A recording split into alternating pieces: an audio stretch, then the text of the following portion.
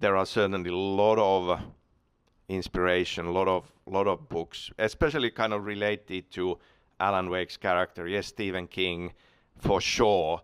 And funnily enough, I feel that the biggest inspiration for him to me came from his writing guide on writing, his autobiographical book, where he actually goes on to state that when things were bad in his life, like with alcoholism and things like that, it was the time when he was writing The Shining or Misery, and obviously they are the famous books where there is a very tortured and flawed writer character, but he is saying that that's basically me, and to me then it was really interesting reading that book and thinking about inspirations for the character. Paul Auster, like us being in New York, is definitely one inspiration that I've felt through the years. I Bret Easton Ellis's like Lunar Park, where he puts himself as this kind of a writer character who is not doing so well into the story. Yeah, I mean that there are plenty of examples like you mentioning Finnish writing, and it's something that looking from Finland to outside and American popular culture especially has been kind of the main driving inspiration, but more and more I've found that kind of, and maybe it's partly growing older, I've started to appreciate kind of Finnish culture and folklore and these kinds of things more and more, and just realize how exotic and how unique it is as something to tap into and bring into our experiences. So definitely in Alan Wake 2 overall there is more nods to Finnish culture than ever before, and in some ways that started with our previous game Control, where we brought in Ahti, the kind of a quirky, strange janitor character who comes from Finland, and we certainly kept running with this idea for Alan Wake 2. I think the one that I've talked about the most is probably The Name of the Rose novel, 1980 novel by Umberto Eco, which is set in a 14th century Italian, or rather Piedmontese, I believe, abbey, and it involves a Franciscan friar, William of Baskerville, who is kind of a mashup of William of Ockham and Sherlock Holmes, investigating a murder with his little buddy Odso, who is quite younger friar. And and it is full of all sorts of interesting twists and turns and scholastic historical things, which are really fantastic. So that was a really big inspiration. But then as far as historical books, or mostly like secondary historical works, we looked at The Faithful Executioner was a source, specifically about medieval or early modern law and justice in the era. It focuses on an executioner specifically, but there's a lot of connected details talking about how justice worked, or rather didn't work, in the time period. Also, The Return of Martin Guerre, which was written by Natalie Zemon Davis. Natalie Zemon Davis, who very sadly passed away a couple of years ago, but she was a fantastic historian who is a consultant on a film about this historical event, this character, Martin Guerre, who was the victim of imposture, where someone basically impersonated him for 7 years in his own hometown, which is quite extraordinary. But if you've played Pentiment, there you can see the connections there. I was just going to say, minor spoiler there if you don't maybe read that after. It's not that big of a spoiler. Although it is very funny, I will say that, so a friend of mine who grew up in France and actually studied that story, not story because it's a historical event, she had even knew about it, and then she played through, and it's actually possible to go through Act 2 without ever actually picking up on that thread. Oh yeah. And she completely missed it. And so when the game ended and people in her Twitch stream told her about it. She was like, "Oh my God, I can't believe that I didn't put that together." The Cheese and the Worms, this was more for a minor character, but Carlo Ginzburg was one of the historians that was really sort of heavily influenced like microhistory studies. And he had a couple of really influential books. One of them was The Cheese and the Worms. Another was The Night Battles. The Cheese and the Worms was about an Italian miller, Friulian miller, who was very well read. And he had developed an extremely peculiar and unique cosmology. And he wouldn't stop talking to his neighbors about it. And so the Inquisition came and actually tried him 3 times. Oh, God. And eventually and he wouldn't shut up. They basically said, okay, you have a lot of really weird beliefs. Please recant them and stop talking to your neighbors about this. And he just couldn't stop doing it. And they eventually burned him at the stake. They said he was a heresiarch, which is not just a heretic, it is the founder of a heretical movement, because his beliefs were so weird and so unique that they were like, oh, you're even worse than a regular heretic. You're like trying to start a new religion, basically, which he denied. But yeah. So yeah, there's actually like a big list of history texts. That's why we had a bibliography, because we referred to so many things for even little details, like how the midwifery in the game works, how the midwife operated, how she would have interacted with, for example, a Jewish woman, because this is a Christian community. You know, it's that plus all the consultants. We had to like just, shotgun blast a ton of resources and try to take all the details that we could. Me personally, I think that Cyberpunk is less about technology. I know how it sounds, but it's more about social dynamics and noir tropes and characters. It's more about the dark sides of human nature, and it's gonna be put into extreme situations by the context, and technology is what speeds things up. I think that this is what like goes well with what William Gibson wrote, which was less about technology, more about people, and the change that technology brings out of people. I also love James Ellroy's novels, which are really dark and like they explore the dark sides of human nature. But this is my personal taste. Like this is I don't think this is something that was the something we used as a reading list for the project. Like me personally, I think that this is what inspires me the most, and the types of story we would like to tell, because it gives you a good glimpse of difficult things that we want to touch upon, and then we filter it throughout this unique Cyberpunk 2077 style. So if you don't want to copy anyone, like in terms of style, in terms of art style, or how do you perceive technology, I think this is something which we are doing in a quite unique way, because this is retrofuturistic. Like we do not try to give you a prediction of what's going to happen in the future. We give a commentary on the present things, and the style is unique and it's ours. But I find inspiration in people who grasp the dark parts of human nature as a writer personally, and then like this is what inspires me and gives me a good look into how it can be done superbly. Heaps of stuff. Very much like kind of religious texts. Like I do read a lot of the Bible. I know that's weird. But the Bible has a really strong use of metaphor to teach lessons and things like that, like heaps of really, really strong imagery, and also has a very distinct kind of way of using language in terms of how they write. But I also love a lot of things that have like really strong world building. I find really, really engaging. I've read a bit of the Game of Thrones series. What else is there? I'm like literally looking around at the books in my room. Yeah, I don't know. I like a lot of young adult fantasy. I'm really, really drawn to as well. And then I don't know, the others is just like technical writing manuals that I really, really enjoy reading. I do really love the idea of like just you there studying the Bible and then going into work to work on Cult of the Lamb. Pretty the much. contrast of and like things, it's so weird. And like also, like a lot of like Greek mythology and writings about like paganism and stuff like that. Things that, like I said, like have like kind of strong ways of looking at the world in a really kind of visual and metaphorical sense. Because we like to like pinch those images and metaphors and just pop them in the game with a little twist.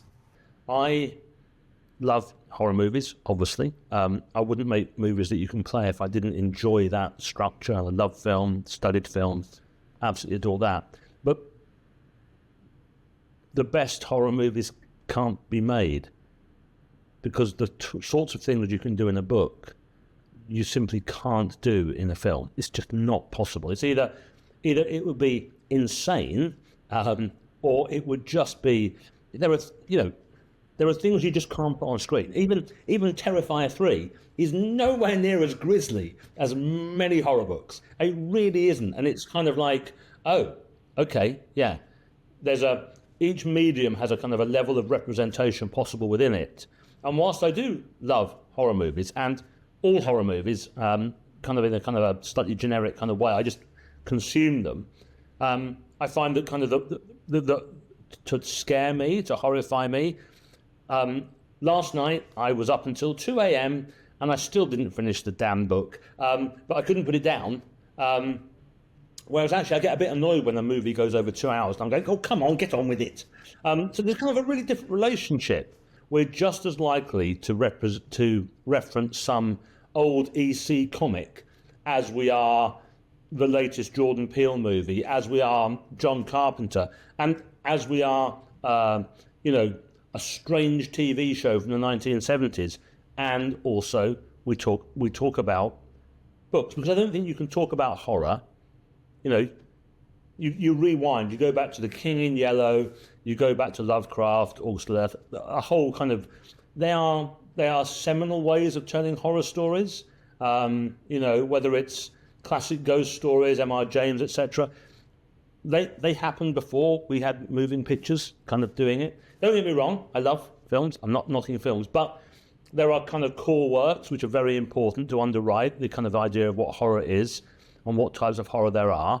And I think it's very important to be a student of all of that material.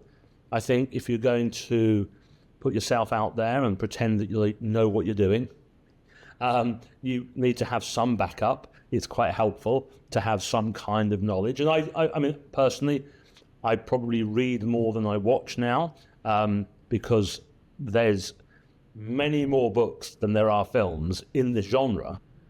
And I can kind of dive back into books and then just nice and easy. The things that have scared me the most when I first started getting into reading horror literature would have to be Stephen King. It's always going to be Stephen King. I do apologise. Everything in hardback on day of release. And it was probably Salem's Lot, just because it's creepy as fuck. Yeah, agreed. That's cool. I mean, it's simple as that. It was one of those things where I had no real expectations of it. I wasn't particularly familiar. I think I'd read one other book of his. I think I'd read Firestarter maybe previously. I can't quite remember.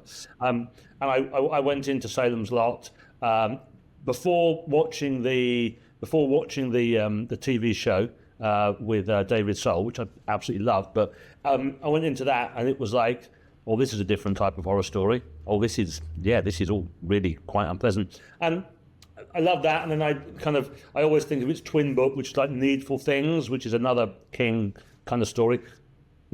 Personally, not quite as terrifying, but kind of as a sandwich of those things. Yeah, really, really creepy horror. Although I have, of later years, become really addicted to John Connolly's work, the Charlie Parker series, which I know they're thrillers.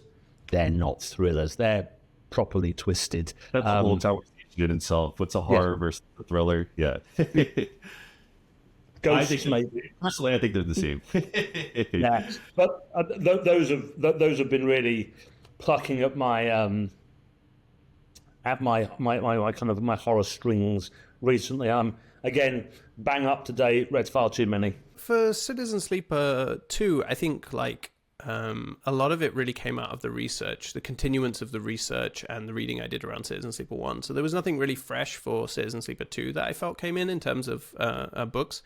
But a lot of the books that I think had a big influence on it are actually books that I read in prep for Citizen Sleeper 1. So I'd say the Becky Chambers books, those have a really strong kind of ship and crew structure. I think they're really, really compelling and really nicely written, but very emotionally rich, which is really nice for science fiction, I think. Yeah, Gibson, I think an amazing book called Blackfish City, which is set on a kind of like, it's like a post-climate change oil platform that has become like a refugee settlement. And that became a big influence on the Eye, but I think just Citizen Sleeper generally draws a lot on the kind of qualities that Blackfish City has, which is, it's really like a deep appreciation of kind of ad hoc like urban environments combined with like multicultural and like refugee experience. And I think there's just like something really rich and interesting in that book that touches on those things. So I liked a lot of the atmospheres from that book and drew on that. And then also like a big kind of theoretical influence on Citizen Sleeper more generally is Anna Singh's Mushroom at the End of the World. I think that's the kind of like where I formulated the more theoretical and kind of like sociological, critical kind of view of Citizen Sleeper. So that book is all about mushrooms growing in the ruins of like devastated ecosystems, but it's very much about the structures that it talks about capitalism as a kind of core that we usually focus on that also includes a vast periphery that we don't really focus on and we don't talk about as capitalism. So that's why it kind of draws on this idea of mushrooms growing in these devastated wildernesses where capitalism came and moved on, and then you have these economies that grow up around these mushrooms that are very ad hoc and very Anna Singh refers to them as assemblages. They're like a collection of like dysfunctional and functional systems overlapping each other.